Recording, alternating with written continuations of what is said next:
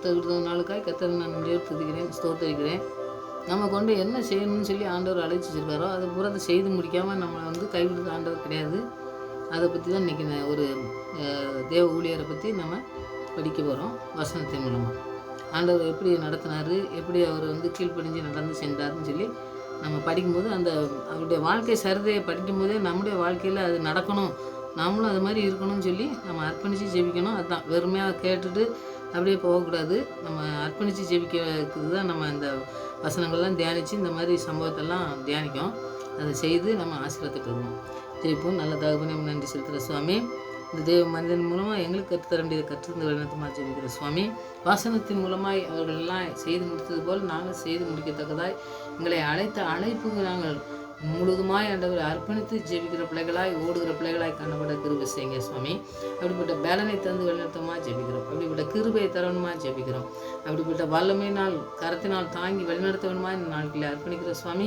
கேட்குற பிள்ளைகளை அப்படியே அதுக்கு அர்ப்பணிக்க, அதன்படி நடக்க, அதன்படி ஆண்டவரை செயலாற்ற, அதுபோல் ஆண்டவரை நடந்து சென்று அநேக பிள்ளைகளை எழுப்ப தம்மை கிருபை செய்து வழிநடத்த போகிறதா நன்றி செலுத்துகிறோம். அப்படியே எங்களுடைய ஜெபத்துக்கெல்லாம் பாதுகாத்து இருக்கிறேன். நன்றி செலுத்துகிற சுவாமி. அப்படியே இன்னும் அதிகமாய் இந்த வேத வசனங்களை தியானிக்க எங்களுக்கு கிருபை செய்யுங்க. கிருபையினால் மூடி மறைத்து பாதுகாக்கணுமா ஜெபிக்கும். ஆவியானவர்களோடு கூட பேசி வழிநடத்தும். துதிக்கான மயமெல்லாம் மகே செலுத்துகிறேன். ஏசு ரஜன் நான் தெரிய ஜெபங்களுக்கு நல்ல பிதாவே, ஆமென். இன்னைக்கு நம்ம தியானிக்க போகிறது ஒரு தேவ மனுஷனை பற்றி தான்.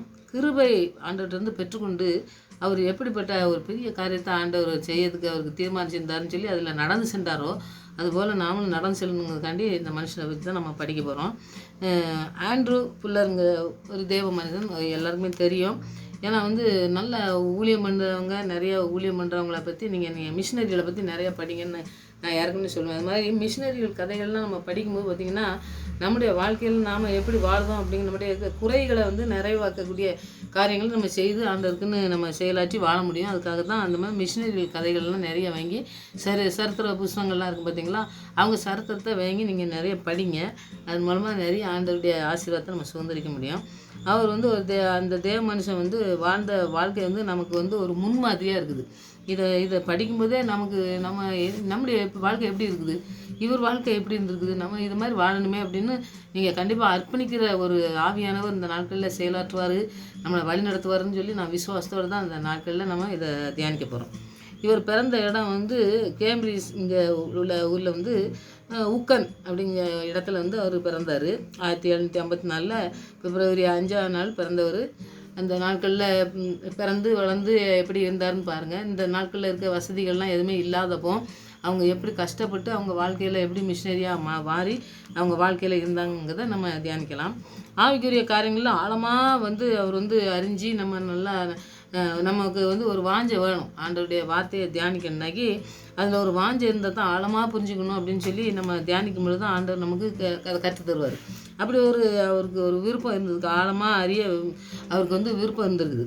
அவர் 16 வயசுலேயே பேப்டிஸ்ட் திருச்சபையில் சேர்ந்த ஒரு சபையில் சேர்ந்து அதில் பாருங்கள் வேதாமத்தை ஆய்வு செய்யணும். அதாவது வேதாமத்தை படிக்கிறது மாத்திரம் இல்லை, அதை ஆய்வு செய்யணும். அதனுடைய அர்த்தங்களெல்லாம் புரிஞ்சுக்கிற மாதிரி மற்றவங்களுக்கு சொல்லக்கூடிய காரியங்களெல்லாம் செய்யணும் அப்படின்னு நிறைய காரியங்கள் அவருக்கு இருந்தது. அவருக்கு அவர் கிருபை, ஆண்டுடைய கிருபையும் அவருக்கு இருந்திருக்கு. அவர் அதை பெற்றிருக்காரு. ஏன்னா ஆண்டுடைய கிருபையை பெற்றுக்கொண்டு நோவாவை சொல்ல முடியும், ஆண்டுடைய கண்களில் கிருபை கிடைச்சதுன்னு சொல்லி. அந்த மாதிரி இவருக்கு ஒரு கிருபை இருந்திருக்கு. நமக்கும் ஆண்டவர் ஒவ்வொரு கிருபையை தந்திருக்காரு. நமக்கு இந்த காரியங்களை நீ நடத்துதுக்கு அப்படின்னு சொல்லி ஒரு கிருபையை தந்து நம்ம நடத்த இலவசமாக தந்து நடத்துகிறாரு. அந்த கிருபையை பெற்றுக்கொண்டு இந்த மனுஷன் எப்படி பயன்படுத்திருக்காருன்னு பாருங்கள். அந்த கிருபை இருந்ததுனால 1775ஆம் ஆண்டில் பார்த்திங்கன்னாக்கி ஒரு திருச்சபைக்கு 1000 மாற்றினாங்க. இந்த திருச்சபை பார்த்திங்கன்னா திருச்சபையில் இவர் எப்படி ஒரு வாழ்க்கை இருந்ததுனாக்கி அந்த திருச்சபையில் அவரை ஒரு 1000ஆவே மாற்றி அவங்கள அவரை இந்த இடத்துல நீங்கள் இருங்க வேலை பாருங்கன்னு சொல்லி அவங்க வச்சுருக்காங்கன்னு சொல்லி நம்ம பார்க்கலாம். அப்போ தான் அப்போ சாரா கார்டின்னு சொல்லி ஒரு பெண்ணை மனம் முடிக்கார். 1792ஆம் ஆண்டு கல்யாணம் பண்ணுதார். இவர் ஒரு திருச்சபையில் ஆயராகி அடுத்தது திருமணம் செஞ்சுக்கிட்டு இவர் இப்போ பெரிய திறமை படைச்சவர் ஒன்று. அடுத்தது இந்த போதகராக இருந்து நல்ல திறமையாக பேசக்கூடிய ஒரு வல்லமை இருந்தது. அந்த இறையல் நம்ம படிக்காங்க பார்த்தீங்களா, படிக்கிறதுல வந்து அதை பற்றி எழுதக்கூடியது, அதாவது எழுதி நமக்கு புரியுற மாதிரி சொல்லுவாங்க பார்த்தீங்களா, அந்த மாதிரி இறையில் எழுத்தாளராகவும் இருந்தார். அவர் வந்து பேசுகிறதுல எழுதுறதுல எல்லாத்துலேயுமே திறமை பெற்று இருந்திருக்காரு. அவர் வந்து ஒரு சபையில் இருந்தாலும் கூட. அப்படி நம்முடைய வாழ்க்கையில் நாம் எப்படி இருக்கோம்? நம்ம வாழ்க்கையில் வந்து பாருங்கள், ஒரு வேதத்தை படிக்கும், அதனுடைய ரகசியத்தை தெரிஞ்சு, ஆண்டவருடைய வார்த்தையை தெரிஞ்சு மற்றவங்களுக்கு சொல்லணும் அப்படிங்கிற ஒரு கிருபையெல்லாம் நமக்கு தந்திருக்காரு. நம்ம பயன்படுத்தோமா அப்படிங்கிறத இதுலேருந்து நம்ம படிக்கலாம். அப்புறம் வந்து பாருங்கள், அதோடு அப்படியே முடிஞ்சிடல. அப்படியே கல்யாணம் பண்ணார். நம்முடைய வாழ்க்கை நம்ம போகிறதுக்காக இருக்கும், நம்ம இறையில் இதெல்லாம் நம்ம எழுத்தாளராக இருக்கும், நல்லா எழுதலாம், நல்லா புக்கெல்லாம் எழுதி மற்றவங்களுக்கு கொடுக்கலாம் அப்படிங்கிறதுல அப்படியே இருந்துடாமல் பார்த்துக்குங்க. மிஷினரி சொசைட்டின்னு சொல்லிட்டு ஒன்று ஆரம்பிச்சிருக்காரு. அதில் ஆரம்பித்து பாருங்கள், நிறையா அதில் வந்து செயலாளராக இருந்திருக்காரு இவர் வந்து. இப்போ நாம் வந்து ஒன்று ஆரம்பித்து அதை வந்து செயல்படுத்தணுன்னாக்கி ரொம்ப கஷ்டம்தான். அந்த நாட்களில் இன்னும் அதிகமாக வந்து ஒரு ஊழியம் பண்ணணுன்னாக்கி பணம் வேணும், மற்ற வசதிகள்லாம் வேணும், அதுக்கெல்லாம் தேவைப்படுது, அவங்க தான் பார்த்துக்கணும். அதெல்லாம் செய்ததுக்கு அந்த மாதிரி சொசைட்டியை பண்ணி அதிலே அவர் செயலாளராகவும் இருக்கார். அப்புறம் பார்த்திங்கன்னா, பெரும்பாலான இந்த நம்ம ஊழியம் பண்ணுறவங்கலாம் பார்த்திங்கன்னாக்கி, நமக்கு நல்ல ஒரு வசதி வேணும், நம்ம ஊரில் நம்ம பக்கத்தில் இருக்க நல்ல வசதியாக உள்ள இடத்துல அந்த மாதிரி தான் ஊழியம் பண்ணணும்னு நினைக்காங்க பார்த்திங்களா. அவங்களுக்குலாம் இவர் அப்படி இருக்கவே செய்யலை. நிறைய இடங்களுக்கு ஊழியம் பண்ணதுக்கு வெளியூர்களுக்கு தான், நிறைய வெளிநாடுகளுக்கும் போயிடுறது. பெரும்பாலும் நாளில் இந்த பிரயாணத்தில் போய் மற்ற ஊர்களில் போய் செலவு செய்தது தான் அவர் செஞ்சார்.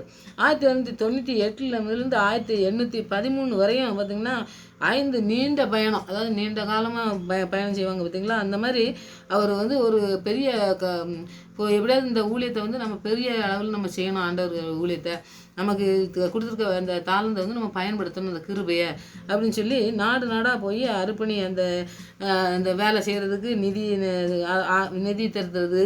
அப்புறம் வந்து அவங்க வந்து ஏதாவது செய்கிறாங்களா அப்படின்னு சொல்லிட்டு நமக்கு வந்து ஒரு உதவி வேணும். அப்புறம் வந்து அவங்களுடைய ஜெபம் வேணும். இதெல்லாம் வந்து அவர் திரட்டி அவர் வந்து மற்றவங்களுடைய ஆதரவை வந்து பெற்றுக்கொண்டு இருக்கும் பொழுது, இப்படி அவர் செயலாற்றிக்கிட்டு இருக்கும்போது வில்லியம் கேரி நீங்கள் உங்களுக்கு தெரிஞ்சிருக்கோம் நிறையா.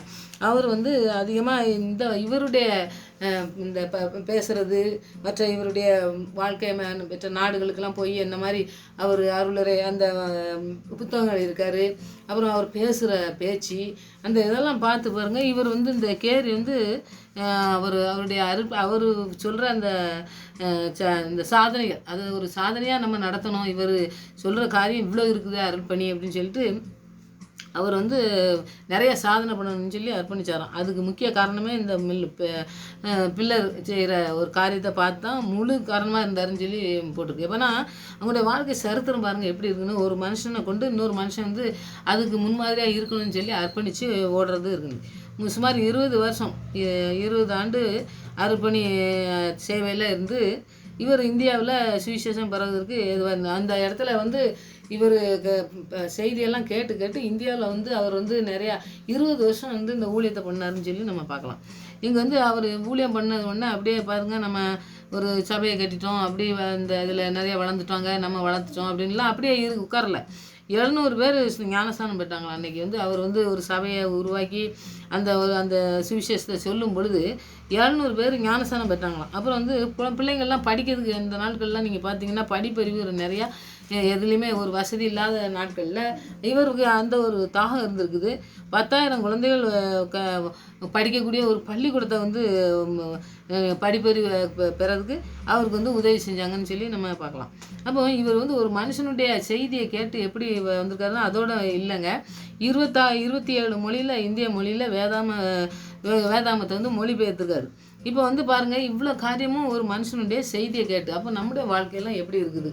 அவருடைய வாழ்க்கை சரித்திரம், அவர் இறையில் எப்படி பேசினார், எப்படி அவர் வந்து சொன்னார், எப்படி புத்தகத்தை எழுதியிருப்பார், அதெல்லாம் படித்து இவர் வந்து இத்தனை காரியம் செஞ்சாருன்னு சொல்லி இவர் வந்து பிள்ளர் இறந்து போகிறதுக்கு முன்னாடியே இவர் செஞ்ச காரியங்கள்லாம் பார்த்துருக்காரு.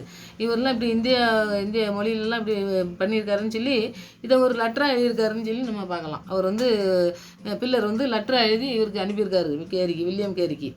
அவர் மறிக்கிறதுக்கு முன்பாகவே சொல்லி இந்த கண்டுபிடிச்சி அவர் சொல்லியிருக்காராம், கடவுள் உங்களுக்கு வந்து உங்கள் மூலமாக இந்தியாவில் ஒரு சின்ன காரியத்தை தான் தூண்டி விட்டீங்க. என்ன தூண்டி விட்டீங்க? பிள்ளைங்களுக்கு ஞானஸ்தானம் கொடுத்தீங்க, ஒரு ஸ்கூலில் கட்டினீங்க, அந்த மாதிரி சில காரியங்கள் செஞ்சீங்க. அது வந்து இப்போ வந்து பெரிய தீப்பொறி ஆகி அது வந்து சுவாலை மாதிரி எரிஞ்சிக்கிட்டு இருக்குது. அது வந்து எவ்வளோ பெரிய தாக்கத்தை உருவாக்கியிருக்குன்னு சொல்லி இந்த ஆண்ட்ரோ புல்லர் வந்து கேரிக்கு ஒரு கடிதம் எழுதுனதாக இருக்குது பாருங்கள். அப்போ இவங்க வந்து இவங்க மூலமாக வந்ததுனால நீ என்னமோ பெரிய காரியங்களை என் மூலமாக செஞ்சேன்னு சொல்லலை. ஆண்டவர், அதுதான் நம்ம முதலாவது பார்க்கணும். ஆண்டவர் வந்து உங்களை மூலமாக எப்படி இந்தியாவில் தூண்டி எப்படி செய்யணும்னு சொன்னாரோ அதை நீங்களும் செஞ்சீங்க. நானும் எந்த இடத்துல செய்யணும்னு நினச்சேன், நான் செஞ்சேன் அப்படின்னு சொல்லி அந்த முல்லர் சொல்கிறத நம்ம பார்க்கலாம். அதோட அவருடைய வாழ்க்கையை வந்து அவர் சொல்லி முடிச்சிருக்காரு. ஆனால் பில்லர் வந்து அதுக்கப்புறம் இந்த பக்கவாதம்னு சொல்லி சொல்லுவாங்க பார்த்தீங்கன்னா, ஒரு இதெல்லாம் கை கால் இந்த மாதிரி வராமல் போகும் பார்த்தீங்களா, அந்த மாதிரி நோயில் வந்து தாக்கப்பட்டிருக்காரு. அவர் வந்து தனது கடைசி மறிக்கிறதுக்கு ஒரு 15 வருஷத்துக்கு முன்னாடியே பார்த்தீங்கன்னாக்கி ஆண்ட்ரூ புல்லர் வந்து சுகமே இல்லாமல் அப்படியே அந்த சுகவனத்திலே இருந்திருக்காருன்னு சொல்லி நம்ம பார்க்கலாம். அப்போ இறுதி வரையிலும் பாருங்கள், அவர் வந்து 1815ஆம் ஆண்டு மே 7ஆம் தேதி தான் அவர் வந்து 62வது வயசுலேயே மறித்தாருன்னு சொல்லி. இப்போ அவருடைய வாழ்க்கை வந்து 62 வருஷம்தான். ஆனால் அவருடைய தாக்கம் ஆண்டவர்கிட்ட கொடுத்த அந்த கிருபையினால் அவர் தாக்கத்தை பாருங்கள். அந்த இந்தியாவில் அந்த வில்லியம் கேரியை உருவாக்குனார் ஆண்டவர், வந்து எப்படி உருவாக்கி செஞ்சாருன்னு பார்க்கும். இவரும் வந்து பாருங்கள் எத்தனையோ வந்து புத்தகம் எழுதுறது மற்ற எல்லாத்துலேயும் வந்து அவங்களுக்கு வந்து ஆய்வு செஞ்சு வேதாகமத்தை இந்த பிள்ளைங்களுக்கு ஸ்கூல் நடத்துறது, அந்த மாதிரி ஒரு சபையை ஆரம்பித்து நடத்துறது, அப்புறம் வந்து ஒரு சொசைட்டி, அதாவது ஒரு பணம் பிள்ளைகளுக்கு தேவைப்படும், நம்ம ஊழியத்துக்கு தேவைப்படும் அப்படிங்கிறதெல்லாம் நிறைய திரட்டுறதுக்கு தான் அவர் ரொம்ப சுற்றி நாடாக சுற்றி அலைஞ்சாருன்னு சொல்லி நம்ம பார்க்கணும். இப்போ ஆண்டவர் கொடுத்த வார்த்தை அது மூலமாக தான் இவர் வந்து இந்த காரியத்தை செஞ்சுருக்காருன்னு நம்ம பார்க்கணும். இப்போ பாருங்கள், நம்ம வாழ்க்கையிலலாம் பார்த்திங்கன்னாக்கி எப்படியோ நிறைய ஊழியக்காரங்கள் நம்ம பார்க்கலாம். மற்ற நாடுகளுக்கு போனோம்னாக்கி நிறைய வசதி இல்லாத நாடுகளுக்கு போகணுன்னு விரும்பவே மாட்டாங்க. ஏன்னா அங்கே வசதிகள் இருக்காது, பிள்ளைகளுக்கு படிப்பு இருக்காது, மற்ற நமக்கு சாப்பாடு வசதி இருக்காது, நல்ல தண்ணி கிடைக்காது அப்படின்னு சொல்லிட்டு அப்படிலாம் சொல்லிட்டு நம்ம வந்து சுகபோகமாக நம்ம வாழ்க்கையை நடத்திக்கிட்டு எங்கே நல்லா கிடைக்குதோ அப்படின்னு சொல்லி இருக்கும் பாருங்க. அப்படிப்பட்ட கிறிஸ்தவங்க வாழ்க்கைக்கு இவர் வாழ்க்கை வந்து ஒரு பெரிய சிறந்த எடுத்துக்காட்டு. ஏன்னா வந்து பார்த்திங்கன்னா அவர் சுகத்தை பார்க்கல, அவருடைய வாழ்க்கையை பார்க்கல, அவருடைய வாழ்க்கை எப்படி இருக்கும் அப்படிங்கிறதெல்லாம் பற்றி பார்க்கவே இல்லை. அவர் போனது அவருடைய ஆண்டவருடைய சுவிசேஷம் சொல்லணும். அவருக்கு கிருபையை தந்திருக்காரு. அந்த கிருபையை நம்ம எல்லாத்துக்கும் சொல்லணும். அவருடைய கிருபையை பெற்றிருக்கோம். அந்த கிருபையை நம்ம வந்து ஆய்வு செஞ்சு அந்த காரியத்தை செய்ததுக்கு ஆண்டவர் சொல்லியிருக்காரு, அதை செஞ்சார். அதன் மூலமாக வில்லியம் கேரிங்கிற ஒரு பெரிய தேவ மனிதனை வந்து உருவாக்குனார். அவர் மூலமாக எத்தனையோ சாதனைகள் படைக்கிறதுக்கு ஆண்டவர் உதவி செஞ்சார். இவரும் வந்து பாருங்கள் கடைசி வரை நோய்வாய்ப்பட்டாலும் அதுலேயும் பாருங்கள் ஆண்டவருடைய வார்த்தையை சொல்கிறதுல, ஆண்டவருக்கு ஊழியம் செய்கிறதுல நிறைய காரியங்களை செஞ்சாருன்னு சொல்லி நம்ம பார்க்கலாம். அப்போ வந்து ஆண்டவருடைய கிருபையை பெற்றுட்டு நாம் சும்மாவே இருக்கக்கூடாது. கிருபையை தந்தாருன்னா ஆண்டவர் எதுக்காக கிருபையை தந்திருக்காருன்னு சொல்லிட்டு அதை நம்ம பயன்படுத்தக்கூடிய காரியங்களை செஞ்சு நம்ம முடிக்கணும். அதுக்கு தான் நம்மளை இந்த உலகத்தில் வச்சுருக்காரு. சில காரியங்களை நம்ம பார்க்கும்பொழுது சிலர் மறிக்கிறத பார்த்தோம்னாக்கி நிறையா காரியங்கள் நமக்கே புரியாத மாதிரி இருக்குது. சின்ன வயசுலேயே மறித்து போகிறத நம்ம பார்ப்போம். ஆனால் நம்மளை வந்து எத்தனை வயசு வரைக்கும் வச்சுருக்காரோ, எத்தனை நாட்கள் வாழ்க்கையில் வச்சுருக்காரோ அத்தனை நாட்கள் நமக்கு கிருபை தந்திருக்காரு. அந்த கிருபை நாட்களை வந்து நம்ம பயன்படுத்துகிற நாட்களாக மாற்றுறதுக்கு நம்ம ஒரு நாளும் முனைஞ்சி ஆண்டவருடைய ஆவியானவரை நம்ம துணையை தேடி நம்ம ஒரு நாள் ஜெபிப்போம். இந்த மனுஷனை பயன்படுத்தின மாதிரி நம்மளும் பயன்படுத்தப்பட நம்ம அர்ப்பணிப்போம். இந்த நாட்களில் நீங்கள் அர்ப்பணிங்க, அற்புதமாக நம்மளையும் நடத்துவார். அவர் வந்து செஞ்ச காரியம்னா மார்க் 16:15 எல்லாருக்குமே வசனம் தெரியும்.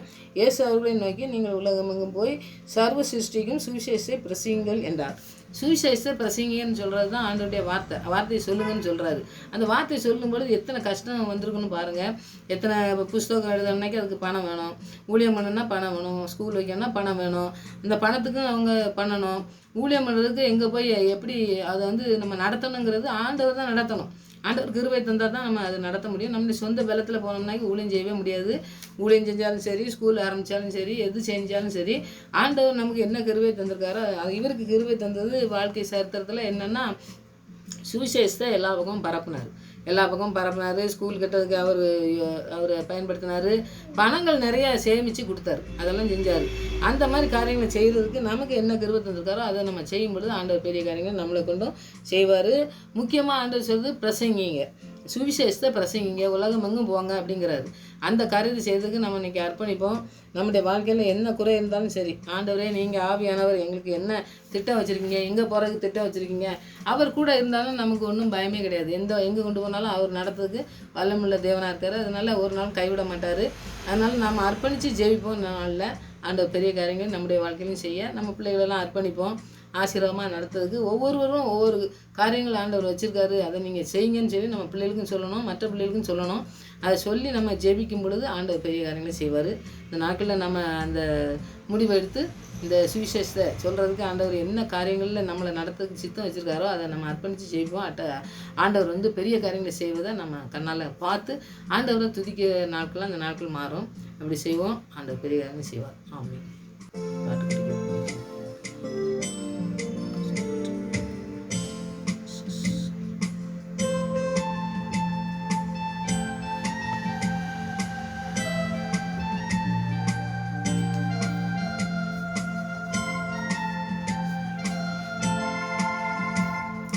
எழுப்புதல் என் தேசத்திலே என் கண்கள் காண வேண்டும்.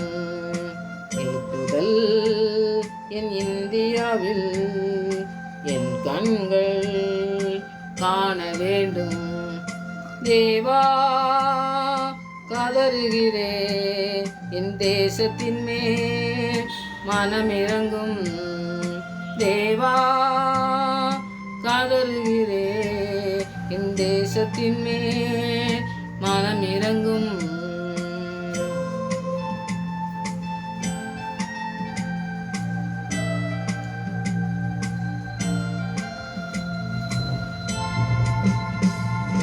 சபைகளெல்லாம் தூய்மையாக்கி சாட்சியாக வாழணுமே.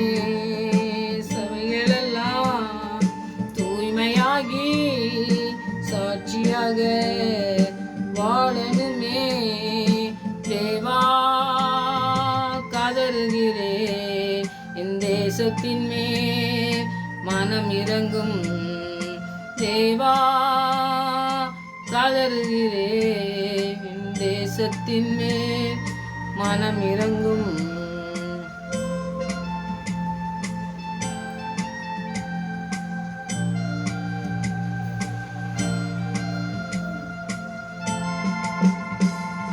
தெரு தெருவாய் என் இயேசுவின் நாமம் முழங்கணுமே முழங்கணுமே. தெரு தெருவாய் என் இயேசுவின் நாமம் முழங்கணுமே முழங்கணுமே. தேவா கதறுகிறே என் தேசத்தின் மேல் மனம் இறங்கும். தேவா கதறுகிறே என் தேசத்தின் மேல் மனம் இறங்கும்.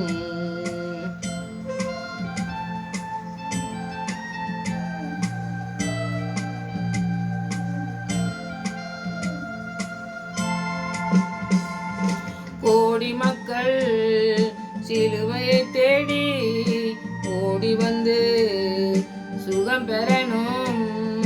கோடி மக்கள் சிலுவையை தேடி ஓடி வந்து சுகம் பெறணும்.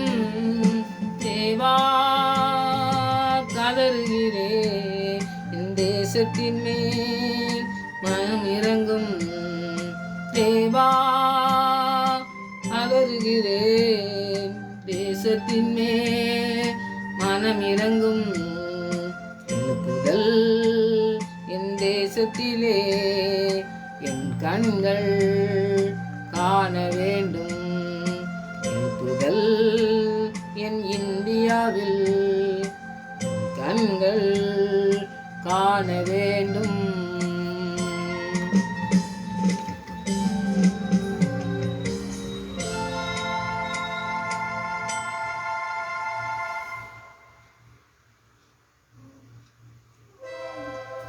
இப்போ நல்ல தகப்பனே உங்களுக்கு நன்றி செலுத்துகிற சுவாமி.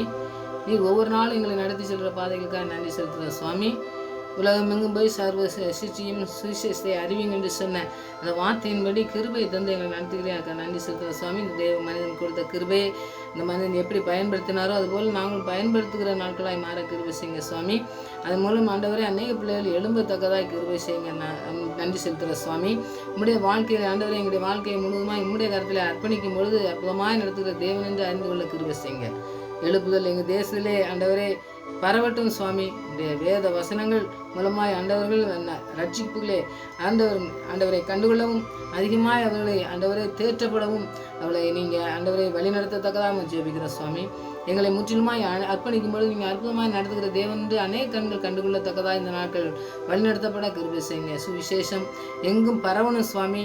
உம்முடைய வார்த்தை எங்கும் ஆண்டவரே பரவணும் ஆண்டவரே. உம்முடைய வல்லமுள்ள வார்த்தைகளை நம்பி ஜீவிக்கிற பிள்ளைகள் அநேகர் எழும்ப வேண்டுமா ஜெபிக்கிறேன் சுவாமி. உம்முடைய வல்லமுள்ள வார்த்தை ஒருபோதும் வெறுமையாக திரும்பாதே. அந்த வார்த்தையின் மூலமாக அநேகரை நீ தொடத்தக்கதாய் இந்த நாட்களில் நீ வழிநடத்தத்தக்கதாக ஜெபிக்கிற சுவாமி. உடைய வல்லமுள்ள வார்த்தைகளினால் எங்களை போஷித்து நடத்துகிற தயவுக்காக நன்றி செலுத்துகிறோம். உடைய அபிஷேகத்தினால் எங்களை நிறைத்து நடத்துகிறவரே உங்களுக்கு நன்றி செலுத்துகிறோம். எங்களுடைய பிள்ளைகளை முழுவதுமாய் அர்ப்பணிக்கிறோம் சுவாமி. எங்களுடைய தேசங்களை, எங்களுடைய ஆண்டவரே பக்கத்திலே இருக்கிற வீடுகள் எல்லாவற்றையும் நாங்கள் அர்ப்பணிக்கிறோம் சுவாமி. பிசாசின் ஆளுகைகளே கிடந்து ஆண்டவரே துன்பப்படுகிற ஒவ்வொரு பிள்ளைகளும், நோயினால் வாடுகிற ஒவ்வொரு பிள்ளைகளையும் உடைய கரத்திலே அர்ப்பணிக்கிறோம் சுவாமி. அற்புதமாய் நடத்துகிற நாட்கள் மாறப்போவதற்காய் நன்றி. அபிஷேகத்தினால் நிறைத்த பிள்ளைகளை நடத்த போவதற்காய் நன்றி செலுத்துகிறோம். ஒவ்வொரு நாளும் உடைய நாமம் மகிமைக்கென்று எங்களை பயன்படுத்தத்தக்கதாக ஜெபிக்கிற சுவாமி. உடைய வல்லமுள்ள வார்த்தைகள் எங்களை போஷித்து நடத்த வேண்டுமா ஜெபிக்கிற ஆண்டவரே. உடைய சிலுவை மரணம் எங்களுக்காக சிந்தப்பட்ட அந்த ரத்தம் முற்றிலுமா எங்களை சூழ்ந்து வழிநடத்துவதை பிசாசு கண்டு வெக்கப்பட்டு போகட்டும். என் தேவனுடைய வல்லமுள்ள வார்த்தைகள் எங்களுக்கு போதுமானதாய் தேற்றுகிற வார்த்தையாய் இருந்து எங்களை ஆண்டவர் தேற்றி ஆற்றி நடத்துகிற வல்லமுள்ள தகப்பன், எங்களை அன்பு காட்டுகிற தகப்பன் கூட இருக்கிறீர் என்பதை நாங்கள் விசுவாசித்து அதிலே ஜெயிக்கத்தக்கான கிருபை தாரும். ஜெபிக்கிற பிள்ளைகளாய் காணப்பட கிருபை செய்யுங்க. எங்களுடைய ஆவி ஆத்மா சரீரம் முழுவதையும் ஆளுகை செய்யுங்க சுவாமி. எங்களுடைய சரீரத்தில் இருக்க எல்லா குறைகளையும் நிறைவாக்குங்க சுவாமி. எல்லாவற்றையும் சுகமாக்குற தேவன் நீங்கள் என்பதை நாங்கள் அறிக்கை செய்யத்தக்கதாய் எங்களுடைய வாழ்க்கையிலே நீ அதிகமாய் அற்புதத்தையும் அதிசயங்களையும் செய்து வழிநடத்தி கொண்டு இருக்கிறபடியா நன்றி சுவாமி. இன்னும் நடத்துபவருக்காக நன்றியோடு துதிக்கிறோம், ஸ்தோத்திரிக்கிறோம். உடைய கருத்தில் அர்ப்பணிக்கிற சுவாமி. இருக்கிற பிள்ளைகளுக்கும் என்ன தேவையாக இருந்தாலும் அதை செய்து வழிநடத்தமா ஜெபிக்கிறோம். ஒரு கிருபையை தந்து நீ நடத்துகிறவர். இந்த கிருபைக்கு முழுவதுமாய் பிள்ளைகளை அர்ப்பணித்து ஜெபிக்க அற்புதமாய் நடத்தப்பட தேவன் கிருபை செய்து வழிநடத்தமா ஜெபிக்கிறோம். ஆவியானவர் ஆளை செய்து வழிநடத்தமா ஜெபிக்கிறோம். உடைய வல்லமுள்ள கருத்தில் அர்ப்பணிக்கிறோம். எங்களுடைய ஜெபத்துக்கெல்லாம் பதிவு கொடுத்த பிள்ளையும் நன்றி செலுத்துகிறோம். துதிக்கிற ஸ்தோத்திரிக்கிற ஆண்டவரே, மறுபடியும் உங்களுடைய சமூகத்திலே வருமறை எங்களை காத்து வழிநடத்தமா ஜெபிக்கிறோம். துதிக்கிற மயமெல்லாம் செலுத்துகிறோம். ஏசு ரட்சகர் நாமத்தில் ஜெபங்களுக்கு நல்ல பிதாவே, ஆமென்.